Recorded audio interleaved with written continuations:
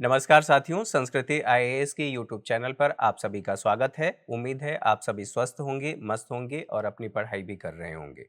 तो आज के सेशन में हम बात करने वाले हैं कावेरी नदी जल विवाद के बारे में, जो कर्नाटक और तमिलनाडु के मध्य एक लंबे समय से विवाद चल रहा है। इस नदी जल को लेकर के हालिया क्या अपडेट है और साथ ही साथ इस नदी जल विवाद से संबंधित क्या पृष्ठभूमि है और इसको लेकर के समाधान के अब तक क्या प्रयास किए गए हैं, संवैधानिक प्रावधान क्या है, इन सभी विषयों पर बात करने वाले हैं। साथ ही अंत में जो इस विषय से संबंधित प्रीवियस ईयर क्वेश्चन है, अर्थात मुख्य परीक्षा और प्रारंभिक परीक्षा का प्रश्न आप लोगों को कमेंट बॉक्स में मिल जाएगा और जो मुख्य परीक्षा का प्रश्न है वो यहीं इसी स्लाइड में आप लोगों को देखने को मिल जाएगा। तो चलिए क्लास की शुरुआत करते हैं। उससे पहले आप लोगों तक एक जरूरी सूचना पहुंचानी है। वो ये है कि संस्कृति आईएएस की तरफ से बिहार पीसीएस या बीपीएससी के लिए एक बैच शुरू किया जा रहा है। यह बैच आप देखेंगे 15 अक्टूबर 2023 से शुरू हो रहा है। साथ ही साथ आप आसान किस्तों में भी इसका पेमेंट कर सकते हैं अगर आप एक बार में नहीं कर पा रहे हैं। हालांकि एक बार के लिए फीस ये रखी गई है, अगर आप नहीं कर पा रहे हैं तो ये सुविधा भी है। अब बात आती है कि इस कोर्स में क्या क्या बातें शामिल हैं। तो आप लोगों को 500 से अधिक घंटों की कक्षाएं दी जाएंगी। इसकी जो वैधता होगी कोर्स शुरू होने से 1 वर्ष तक होगी। साथ ही साथ असीमित बार देखने की स्वतंत्रता होगी। जो कक्षाएं होंगी, प्रतिदिन 2 कक्षाएं होंगी, नियमित क्लास टेस्ट भी होंगे। साथ ही साथ प्रत्येक विषय और खंड के आप लोगों को प्रिंटेड नोट्स भी अवेलेबल कराए जाएंगे ताकि आप उसकी सहायता से रिवाइज भी कर सकें, चीज़ों को और दुरुस्त कर सकें। इसके लिए अगर अधिक जानकारी चाहिए तो इस नंबर पर कॉल कर सकते हैं। ये व्हाट्सएप नंबर है, यहाँ पर आप जा सकते हैं, अपने डिटेल आप व्हाट्सएप करेंगे, हमारी जो टीम है वो आप लोगों को कॉल कर लेगी। इसके अलावा संस्कृति ias.com पर भी जा सकते हैं, वहाँ से भी जानकारी ले सकते हैं। तो अब ये जो खबर प्रकाशित हुई है, जिस विषय की हम बात कर रहे हैं, वो द हिंदू में ये खबर प्रकाशित हुई है। आप देख रहे हैं, Karnataka told to release 3000 cusec of Kaveri water daily to Tamil Nadu till October 15। ये बात खबरों में रही है। इसके अलावा अब बात कर लेते हैं कि ये चर्चा में क्यों रहा है, क्या कुछ बातें हैं। तो मांड्या में किसानों द्वारा, मांड्या की बात करें तो कर्नाटक में है, और उस स्थान पर जो यहाँ पर कहा जा रहा है CWRC के निर्णय के खिलाफ वहाँ विरोध हो रहा है। और ये भी खबरों में देखा गया है कि किसान चूहा मुंह पे रख करके और विरोध कर रहे हैं। जब मैं इसकी बात कर रहा हूँ CWRC के बारे में, तो इसका मतलब है कावेरी वाटर रेगुलेशन कमेटी, और इस कमेटी ने निर्णय दिया। इसी निर्णय के खिलाफ ये विरोध हो रहा है। ये कहा गया कि इसकी वजह से जो निर्णय आया है, जो विरोध हो रहा है, बेंगलुरु और मैसूर जो राजमार्ग है उसको अवरुद्ध कर दिया गया है। अवरुद्ध करने के बाद इससे संबंधित समस्याएं देखी जा रही हैं। अब एक बार ये जो नदी है और इससे संबंधित जो बातें हैं उनको देख लेते हैं। तो ये हमारा प्यारा भारत है। आप भारत का मैप देख रहे हैं, यहाँ पर आपको ये कर्नाटका दिखाई दे रहा है, ये कर्नाटक है, ये तमिलनाडु है। कर्नाटक और तमिलनाडु को समझने के बाद आप यहाँ पर देखिए, यहीं पर आपको दिखाई दे रहा है ये कावेरी नदी। और जो कावेरी नदी है आप देख रहे हैं कि यहाँ से निकल करके इस क्षेत्र से होते हुए, तमिलनाडु होते हुए, ये बे ऑफ बंगाल में आकर के विसर्जित हो जाती है। अब इसके बारे में, अर्थात कावेरी नदी के बारे में थोड़ा सा समझ लेते हैं, फिर आगे बढ़ते हैं। कावेरी नदी, इसका उद्गम कर्नाटक के कुर्गा जिले में जो ब्रह्मगिरी की पहाड़ियां हैं वहां से इसका उद्गम होता है। विसर्जन हम लोगों ने अभी देखा कि बे ऑफ बंगाल में ये जाकर के विसर्जित हो जाती है। 800 किलोमीटर की लंबी दूरी तय करने के बाद ये विसर्जित होती है। इसे दक्षिण भारत का गंगा भी कहा जाता है। अब इन बातों को समझने के साथ साथ इससे संबंधित जो संवैधानिक प्रावधान है, उन संवैधानिक प्रावधानों को समझ लेते हैं, क्योंकि इसको समझना जरूरी है। दरअसल अंतर्राष्ट्रीय नदी जल विवाद और उससे संबंधित जो संवैधानिक प्रावधान है, संविधान की का अनुच्छेद 262 में इससे संबंधित बातें बताई गई हैं। और उसमें ये कहा गया है कि अंतर्राज्यीय नदियों या जो नदी दून के जल संबंधित विवादों का न्याय निर्णय किया जाएगा। और न्याय निर्णय करने के लिए ये कहा गया है कि संविधान के अनुच्छेद 262(1) में कि संसद को यह अधिकार है कि अंतर्राज्यीय नदियों के विवाद के, अर्थात जल के विवाद से संबंधित समाधान के लिए वह एक अधिकरण की स्थापना कर सकता है और वह अधिकरण इस पर निर्णय लेगा। और जो अधिकरण निर्णय लेगा वह सुप्रीम कोर्ट के निर्णय के समान होगा। साथ ही यह भी कहा गया है इसी में कि इस निर्णय को सुप्रीम कोर्ट में चुनौती भी नहीं दी जा सकती, क्योंकि इसका निर्णय सुप्रीम कोर्ट के निर्णय के समान है। अब ये बातें यहाँ पर समझने के बाद इसके आगे बढ़ते हैं और उन सभी बातों को समझ लेते हैं। तो जो यहाँ पर कहा गया है कि जो कावेरी वाटर रेगुलेशन कमिटी है, उन्होंने निर्णय दिया, कर्नाटक को आदेश दिया। आदेश ये आप यही कह सकते हैं कि उनको एक निर्देश दिया गया, आदेश की जगह निर्देश ज़्यादा शब्द सही रहेगा, कि इतने 3000 क्यूबिक फीट प्रति सेकंड पानी छोड़ा जाएगा और ये जो पानी छोड़ा जाएगा वो तमिलनाडु को जाएगा। इसकी अवधि जो बताई गई वो 28 सितंबर से लेकर के 15 अक्टूबर तक रहेगी, अर्थात लगभग 18 दिन के आसपास। इन्होंने यह भी कहा कि ये स्थिति क्यों आई। दरअसल जो पहले अर्थात 22 सितंबर को बैठक हुई थी और उससे पहले जो डिसीजन लिया गया था, उस डिसीजन के अनुसार इतनी सीमा निर्धारित की गई थी कि पानी दिया जाएगा और ये 27 सितंबर को समाप्त हो गया। 27 सितंबर को समाप्त होने के बाद ये दोबारा डिसीजन लिया गया कि इतना पानी दिया जाएगा। साथ ही साथ यहाँ पर समझना ये जरूरी है कि इस निर्णय को लेकर के किसान तो विरोध कर ही रहे हैं, लेकिन दोनों राज्यों की क्या प्रतिक्रियाएं हैं। तो राज्यों की प्रतिक्रिया कुछ इस प्रकार से है।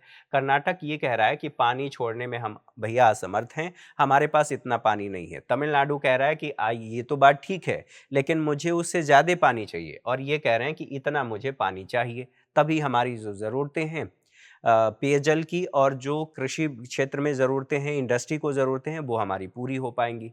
इसके अलावा ये भी कहा गया कि जो अधिकारी हैं इस पूरे व्यवस्था से संबंधित, इस विवाद से संबंधित, उनका कहना है कि 14 दिनों में तमिलनाडु को जो प्राप्त हुआ है पानी, उसकी जो मात्रा है लगभग इतने हज़ार मिलियन क्यूबिक फीट है। साथ ही साथ ये भी कहा जा रहा है कि अपेक्षा थी कि सामान्य वर्ष के मुकाबले इतने फीट पानी की अभी आवश्यकता है।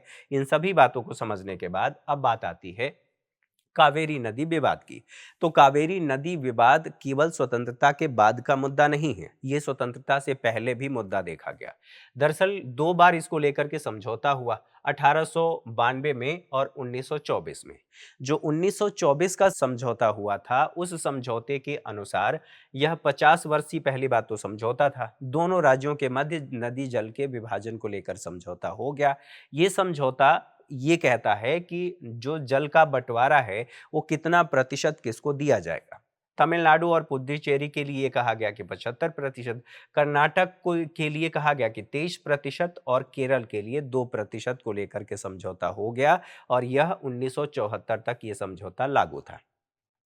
1974 में जब ये समझौता समाप्त हुआ, दोनों राज्यों के मध्य विवाद शुरू हो गया, क्योंकि दोनों राज्यों के अधिकांश किसान और जो अन्य ज़रूरतें हैं, पेयजल की ज़रूरतें इस नदी पर निर्भर हैं, इस नदी के जल से पूरी होती हैं। यहाँ पर कर्नाटक का ये दावा था कि हम कावेरी बेसिन में कृषि गतिविधियाँ अगर हम शेयर करते हैं पानी तमिलनाडु को, तो प्रभावित होंगी। साथ ही जलाशयों का निर्माण भी करना शुरू कर दिया कावेरी नदी पर। इसके अलावा कृषि गतिविधियों का विस्तार भी शुरू कर दिया, और इसलिए शुरू कर दिया क्योंकि अपने किसानों की आजीविका भी बढ़ानी है और साथ ही साथ उनकी ज़रूरतें भी पूरी करनी है। अब इस बात को लेकर के विरोध शुरू हो गया। विरोध किसके द्वारा किया गया? तो तमिलनाडु के द्वारा किया गया।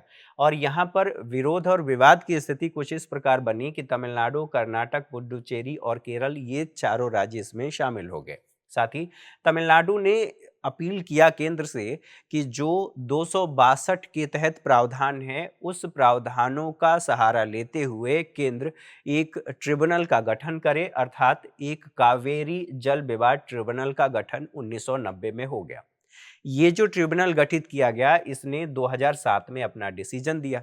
डिसीजन देने के बाद ये मामला जमा नहीं अर्थात राज्यों को मान्य नहीं हुआ। ये मुद्दा चला गया सुप्रीम कोर्ट में। हालांकि 262 के तहत जो कहा गया है कि जो निर्णय ट्रिब्यूनल करेगा या निर्णय देगा, वो सुप्रीम कोर्ट के इक्विवेलेंट होगा, लेकिन फिर भी ये मामला गया। जब ये मामला सुप्रीम कोर्ट में गया तो सुप्रीम कोर्ट ने क्या कहा, उसको समझने से पहले एक बार जो ट्रिब्यूनल का आदेश था उसको समझ लेते हैं। ये कहा गया कि कावेरी बेसिन में जो सामान्य वर्ष है, पानी की उपलब्धता जो रहती है, टोटल उपलब्धता, वो 740,000 मिलियन क्यूबिक फीट रहता है। जल के उपयोग के लिए ये कहा गया था कि कितना कर्नाटक को दिया जाएगा, तो इस 740 में से 240 कर्नाटक को, 419 तमिलनाडु को और 30 यहाँ पर केरल के लिए, और पुडुचेरी के लिए कहा गया कि पुडुचेरी के लिए 7 टीएमसी पानी दिया जाएगा। ये बात यहाँ पर हो गई। साथ ही ये भी कहा गया कि जो 14 टीएमसी पानी बचता है, वो पर्यावरण संरक्षण के लिए आरक्षित रहेगा। इस पानी में किसी को भी हिस्सा नहीं दिया जाएगा। अब ये बातें यहाँ पर आ गई।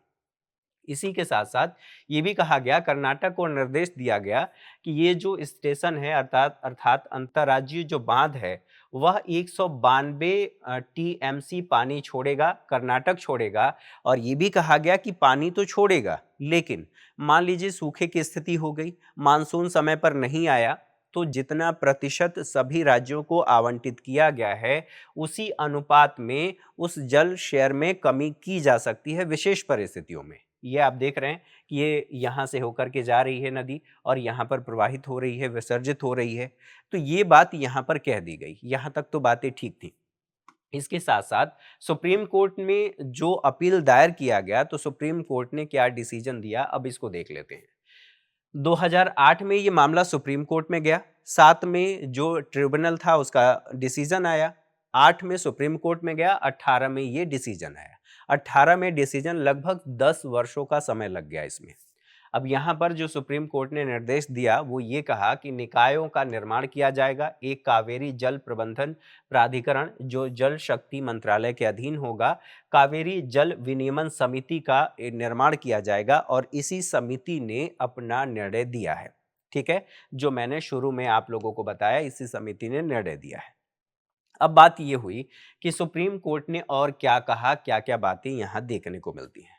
सुप्रीम कोर्ट ने 2018 के अपने निर्णय में कहा, जो पानी है, दरअसल वो पानी राष्ट्रीय संपत्ति है और राष्ट्रीय संपत्ति है, इसलिए राष्ट्रीय संपत्ति पर किसी एक राज्य का अधिकार नहीं है। वर्ष 2018 में जो सुप्रीम कोर्ट ने निर्णय दिया, वो कुछ इस प्रकार था कि जो पानी है वह राष्ट्रीय संपत्ति है, इस पर किसी एक राज्य का अधिकार नहीं हो सकता। और साथ ही साथ ये भी कहा, जब ये निर्णय दिया गया तो इसका मतलब ये था कि जल के जो न्यायसंगत बंटवारे का सिद्धांत है, सुप्रीम कोर्ट ने उस पर जोर दिया।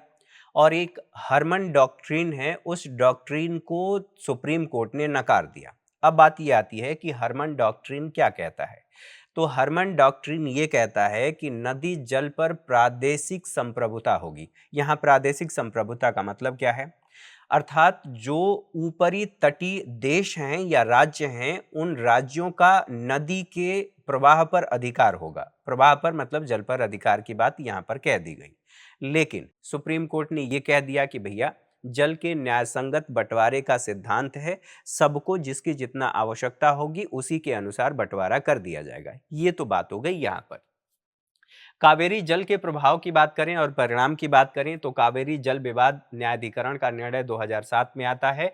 राज्यों को जल के कोटे का निर्धारण कर दिया गया और कोटे का कार्यान्वयन अभी भी विवादास्पद मुद्दा बना हुआ है, क्योंकि वो निर्णय अभी लागू नहीं हो पाया। साथ ही साथ कृषि क्षेत्र पर प्रभाव की बात करें तो कर्नाटक और तमिलनाडु दोनों में जो कृषि गतिविधियां हैं इस नदी जल पर निर्भर हैं, तो उनकी आजीविका भी इससे प्रभावित हो रही है। आजीविका प्रभावित होने का मतलब ये है कि उनकी आय भी प्रभावित होगी। साथ ही जल विवाद की बात करें तो कृषि और वित्तीय संकट भी उनके सामने है इसी जल विवाद को लेकर के, क्योंकि उनकी कृषि उत्पादकता नहीं हो पा रही है। अंतर्राज्यीय तनाव का कारण भी है, क्योंकि दोनों राज्यों के मध्य लगातार ये तनाव का विषय बना हुआ है और दोनों राज्यों के किसान समय समय पर एक बार कभी सड़क को अवरुद्ध कर देते हैं, कई बार जो बसें हैं उन पर अटैक भी किया जाता है, इत्यादि अलग अलग हिंसक गतिविधियां यहाँ पर देखने को मिलती हैं। ये एक राजनीतिक मुद्दा भी बन जाता है, क्योंकि इसी को आधार बना करके चुनाव भी लड़े जाते हैं और वो कई चुनाव हो चुके हैं, फिर भी जो कावेरी नदी जल विवाद है वो मुद्दा अभी भी बना हुआ है, उसका समाधान नहीं हो पाया। तो हिंसक घटनाएं भी देखने को मिलती हैं। आर्थिक प्रभाव की बात करें तो उद्योगों को निर्बाध जल की आपूर्ति चाहिए और स्थिर जल की आपूर्ति चाहिए, उसमें कमी नहीं होनी चाहिए। अगर ऐसा हुआ तो फिर उद्योगों का विकास नहीं हो पाएगा, उनका कार्य प्रभावित होगा। अगर किसी क्षेत्र विशेष के उद्योगों का कार्य प्रभावित हो रहा है, इसका मतलब उत्पादन प्रभावित हो रहा है, ग्रोथ प्रभावित होगी और ग्रोथ के साथ साथ रोजगार और पर कैपिटा इनकम सब कुछ प्रभावित होगा। तो बुनियादी ढांचे में निवेश इससे प्रभावित हो रहा है। इसकी वजह से आर्थिक विकास भी इन दोनों राज्यों में प्रभावित हो रहा है। साथ ही साथ यहाँ पर पर्यावरणीय प्रभाव भी देखने को मिल रहा है, क्योंकि अत्यधिक जल के दोहन और कुप्रबंधन की वजह से पर्यावरणीय समस्याएं हो रही हैं। नदी का जो पारिस्थितिकी तंत्र है उस पर प्रतिकूल प्रभाव हो रहा है और जो प्रवाह है उसकी गुणवत्ता, इन दोनों में कमी आ रही है। पारिस्थितिकी असंतुलन भी भी देखने को मिल रही है और जलीय जीव जो अर्थात नदी में जो जलीय जीव हैं और जैव विविधता, इन दोनों पर प्रभाव देखा जा रहा है। सर्वोच्च न्यायालय का निर्णय जो आया है, समय समय पर कोर्ट ने जो डिसीजन दिया है, दोनों तरफ से मान्य नहीं रहा है, अर्थात कोर्ट के डिसीजन को भी नहीं माना गया, जिसकी वजह से हिंसक घटनाएं भी देखने को मिली हैं। आप ऐसा कह सकते हैं कि जो सुप्रीम कोर्ट का निर्णय आया है, दरअसल वो अस्थायित्व या किसी निर्णय पर पहुंचने के बजाय वहां पर हिंसक गतिविधियों को बढ़ाया है। सुप्रीम कोर्ट की गलती नहीं है, लोगों की गलती है। साथ ही साथ यहाँ पर जल संरक्षण और प्रबंधन की बात करें तो इन बातों को ध्यान में रखते हुए जलाशयों और बांधों का निर्माण भी हुआ है कि धीरे धीरे अब अपनी ज़रूरतों को पूरा करने के लिए हम वर्षा जल का संचय करें और अपनी ज़रूरतों को पूरा करें। साथ ही वर्षा जल संचय, भूजल पुनर्भरण पर जोर दिया गया है। इसके अलावा संघवाद और कूटनीति की बात करें तो सहयोगी संघवाद को बढ़ावा भी मिला है, क्योंकि राज्यों में कई बार सहमति बनती दिखी और कई बार विरोध की स्थिति देखने को मिली, अर्थात सहयोगी संघवाद केंद्र राज्य और राज्य राज्य के बीच, साथ ही साथ केंद्र और राज्यों के मध्य कई बार टकराव की स्थिति देखी गई, तो वहां पर संघर्षशील संघवाद की स्थिति भी देखी गई। तो ये स्थितियां भी देखी गई। अस्थायी समाधान पर विचार लगातार होता रहा, लेकिन अभी डिसीजन नहीं हो पाया या निर्णय नहीं लिया जा सका। समाधान की राह क्या हो सकती है या कैसे हम कर सकते हैं, तो इससे संबंधित बातों को समझ लेते हैं। बातचीत और संवाद के जरिए दोनों राज्यों के मध्य समाधान हो सकता है। जनता को समझाया जाए, किसानों को समझाया जाए कि किस तरह से नदी जल का बंटवारा हो सकता है। जरूरतों के हिसाब से बंटवारा किया जाए, अर्थात सहयोगी संघवाद को इसे बढ़ावा दिया जा सकता है और इसके माध्यम से किया जा सकता है। साथ ही खुली और रचनात्मक वार्ता को प्रोत्साहित किया जाना चाहिए और राज्यों के मध्य, जनता के मध्य यदि विश्वास बहाली की जाए तो इस समस्या का समाधान हो सकता है। इसके अलावा जल विवाद से संबंधित जो न्यायाधिकरण है, समय समय पर इनका गठन किया जाना चाहिए और इसके माध्यम से इन समस्याओं का समाधान किया जाना चाहिए। लेकिन दिक्कत ये रही है कि जो ये न्यायाधिकरण हैं, इनके डिसीजन में बहुत लेट लतीफ़ी देखने को मिली है। इसलिए क्योंकि आप देखेंगे 1990 में गठन हुआ और 2007 में डिसीजन आया, तो अपने आप में ये एक समस्या है। इसलिए निर्धारित समय और विशेषज्ञों की भूमिका इसमें ज़रूरी है। साथ ही व्यवहारिक निर्णय पर पहुंचना भी ज़रूरी है और व्यवहारिक निर्णय लेने पर विचार करना चाहिए। साथ ही साथ यहाँ पर वैज्ञानिक मूल्यांकन भी होना चाहिए कि अगर जो नदी दून है या नदी घाटी है या फिर नदी जल का बंटवारा होता है और वहाँ पर पर्यावरणीय जो समस्याएं हैं, जल संसाधन है, किस तरह से वैज्ञानिक उनका मूल्यांकन करके हम समाधान कर सकते हैं। नदी के प्रवाह पर प्रभाव ना पड़े, वर्षा का यदि पैटर्न खराब होता है तो किस तरह से सभी राज्यों को उनकी आवश्यकता के अनुसार जल का बंटवारा किया जाना चाहिए। कृषि आवश्यकताओं पर भी विचार किया जाना चाहिए ताकि सबकी जरूरतें पूरी हों। साथ ही तात्कालिक समाधान के लिए मान लीजिए 1990 से लेकर के 2007 तक एक लंबा समय है। उसके बाद जब सुप्रीम कोर्ट में मामला गया, 2008 में मामला गया, 2018 में निर्णय आया, तो इस लंबे गैप के बीच में जो समय है, उस समय के लिए कुछ तात्कालिक समाधान भी करना चाहिए ताकि जो लोगों की ज़रूरतें हैं, अंतिम निर्णय से पहले उन ज़रूरतों को पूरा किया जा सके। राजनीतिक इच्छा शक्ति भी ज़रूरी है। यदि राजनीतिक नेतृत्व चाहें तो दोनों राज्यों के या जो 4 राज्य जो इसमें हैं, उन राज्यों के राजनेता बैठ करके इस समस्या का समाधान अपने राज्य के नागरिकों को या किसानों को विश्वास में लेकर के इस समस्या का समाधान कर सकते हैं। समाधान हो सकता है, बशर्ते राजनीतिक इच्छा शक्ति होनी चाहिए। पर्यावरण संरक्षण को भी ध्यान देना जरूरी है, क्योंकि वैज्ञानिक दोहन अगर नहीं होगा तो समस्याएं बढ़ेंगी। जल संरक्षण नहीं होगा तो भी समस्याएं बढ़ेंगी और टिकाऊ कृषि को भी हमें बढ़ावा देने की ज़रूरत है। तो इसके लिए प्रति बूंद अधिक उत्पादन की नीति को हमें अपनाना चाहिए। जन जागरूकता भी ज़रूरी है कि कई बार इस विषय को लेकर के अफवाह होती हैं और उन अफवाहों से हिंसक घटनाएं बढ़ जाती हैं। न्यायिक निर्णयों में भी विश्वास रखना चाहिए और उसकी स्वीकार्यता भी होनी चाहिए कि जनता जो कोर्ट के द्वारा या अधिकरण के द्वारा जो निर्णय दिया गया है उस निर्णय को स्वीकार करें और उसे लागू करें। कानूनी अनुपालन की बात यहीं पर आ जाती है कि कानूनी अनुपालन भी होना चाहिए। इन सभी बातों को समझने के बाद अब आ जाते हैं जो इससे संबंधित प्रश्न पूछा गया है। अंतर्राज्यीय जल विवादों को हल करने के लिए संवैधानिक तंत्र समस्याओं को संबोधित करने और हल करने में विफल रहे हैं। क्या विफलता संरचनात्मक या प्रक्रिया अपर्याप्तता या दोनों के कारण है? चर्चा कीजिए। 2013 में यह प्रश्न पूछा है, तो आप समझ सकते हैं ये टॉपिक वैलिड है, आप लोगों के लिए महत्वपूर्ण है। तो इससे संबंधित बातों को हम लोगों ने समझा। आज के सेशन में मेरे साथ इतना ही। अगली क्लास में मुलाकात होगी। आप हमारे चैनल को एक बार सब्सक्राइब जरूर करें, बेल आइकन को भी प्रेस करें ताकि हमारे लेटेस्ट वीडियो के नोटिफिकेशन आप लोगों तक सही समय पर पहुंचता रहे और आप इस क्लास का लाभ लेते रहें। अपनी प्रतिक्रियाएं जरूर दें। Thank you for watching.